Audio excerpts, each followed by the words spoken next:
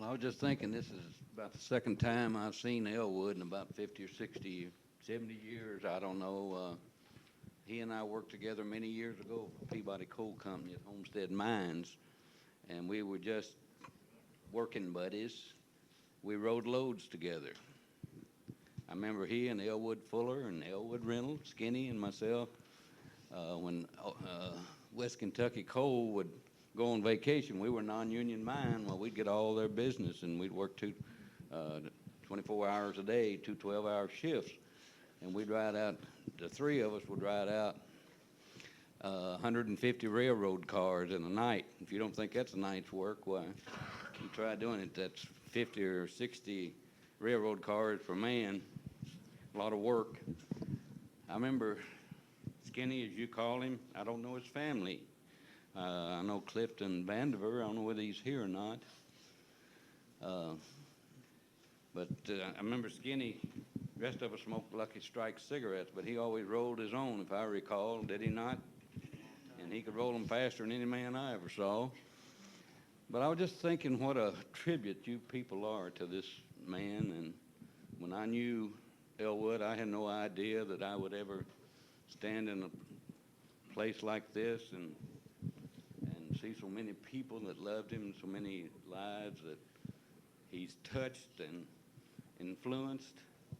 And I guess that's what it's all about, isn't it? We're here 50 or 75, I'm 80 years old, and we don't know the influence that we leave when we leave this world.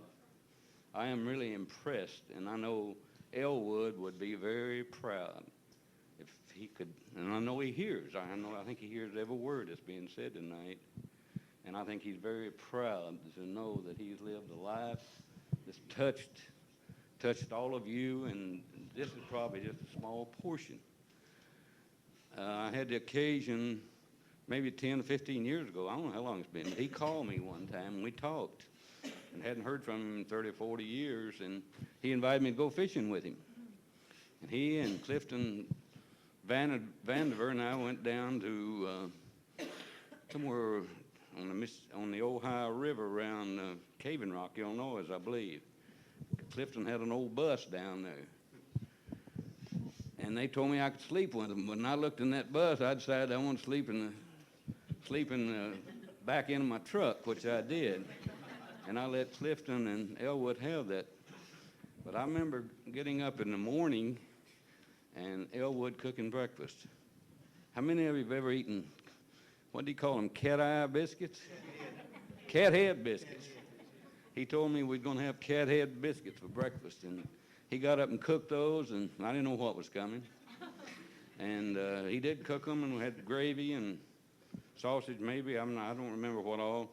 But I started digging in. He said, wait a minute, we got to pray. And this was a different Elwood than I knew when I was at Old Homestead. And when we talked at length, a couple, 3 days I was with him, and I knew he had a deep faith, very deep faith, that he had acquired since I knew him.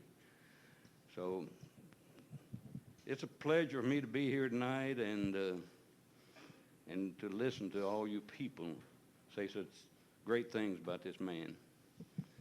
He was I never dreamed when I walked the railroad tracks with him and worked, and we told stories and fought and carried on, that this was a side of the man that I didn't know.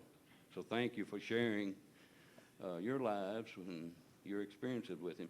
I've got to know Elwood, a side of him that I never knew tonight.